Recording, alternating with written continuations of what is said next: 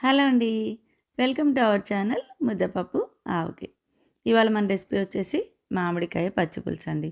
ఈ ఎండాకాలంలో మామిడికాయలు చక్కగా దొరికినప్పుడు ఈ పచ్చి పులుసు చేసుకొని తిన్నామంటే ఎంతో హాయిగా ఉంటుంది.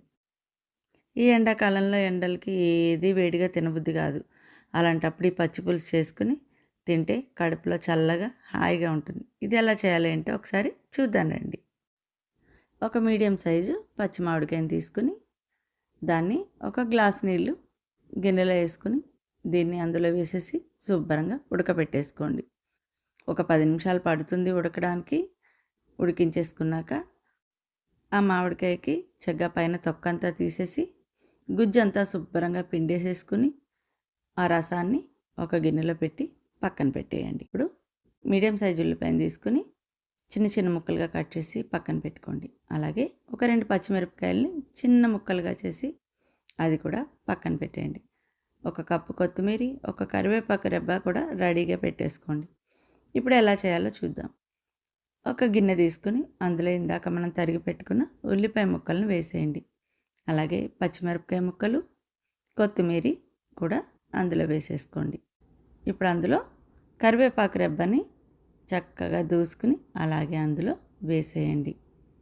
ఇప్పుడు 2 ఎండుమిరపకాయలు తీసుకుని నూనెలో వాటిని బాగా వేపేసి వాటిని కూడా అందులో వేసుకోండి. మీరు అనుకోవచ్చు ఎండుమిరపకాయలు ముక్కలు చేసి వేసుకోవచ్చు కదా అని. కాదండి, ఇలా వేయించుకుని దాన్ని శుభ్రంగా చెయ్యి పెట్టి నలిపి అందులో వేసేస్తే ఆ టేస్ట్ ఫ్లేవర్ కూడా చాలా బాగుంటుంది. శుభ్రంగా 2 మిరపకాయలని నలిపేసి అందులో వేసేసుకోండి.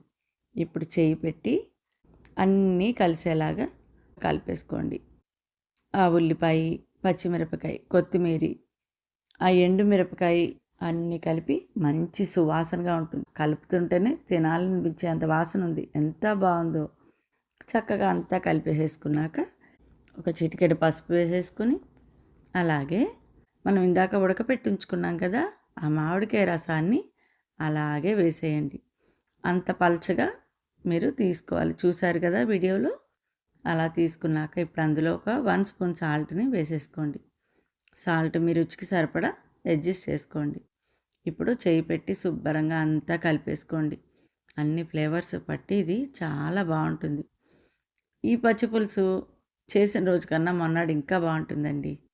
ఇప్పుడు ఇందులో ఒక అర స్పూను ఆవాలు, అర స్పూన్ జీలకర్ర, ఒక్క ఎండుమిరపకాయ పోపు వేయించుకుని అందులో అలాగే వేసేసుకోండి. పోపు వేయించుకున్నాక శుభ్రంగా అంతా కలిపేసేసుకుని వెంటనే తినకండి. చక్కగా మూత పెట్టి ఒక్క పావు గంట, అరగంట అలా వదిలేసామంటే ఎంత బాగుంటుందో అండి. కూర, పప్పు ఏమీ అవసరం లేదు. ఇది ఒక్కటి వేసుకుని అన్నం తిన్నామంటే కంచెడు అన్నం తింటాం. అంత బాగుంటుంది. ఈ రెసిపీ కనుక మీకు నచ్చితే లైక్ చేయండి, షేర్ చేయండి, సబ్స్క్రైబ్ చేయండి.